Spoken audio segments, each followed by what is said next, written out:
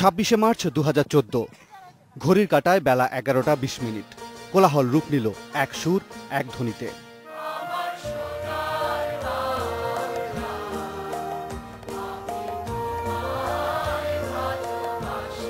বিশ্ব শুনল লাখো কণ্ঠ।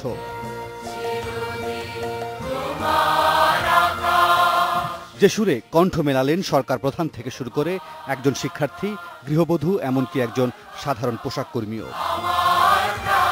ইতিহাস গড়তে প্রয়োজন ছিল ভারতের 1,21,000-কে টপকে যাওয়া। সকাল 8:30টার মধ্যে সে রেকর্ড ভেঙে ফেলে বাংলাদেশ। ঘড়ির কাঁটায় তখনও 3 ঘন্টা বাকি। বেলা 11টায় জানা গেল 2,54,681 জন একসাথে জাতীয় সঙ্গীত গেয়ে গড়তে যাচ্ছেন নতুন রেকর্ড। আর এমন মুহূর্তে সবাইকে ধন্যবাদ জানাতে ভুললেন না প্রধানমন্ত্রী। এর আগে ভোর থেকে রাজধানীর সব পথ যেন মিলেছিল জাতীয় প্যারেড গ্রাউন্ডে। পথে পথে ঝক্কি ঝামেলা ছিল, কিন্তু সবকিছুই হাসি মুখে মেনে নিলেন সবাই।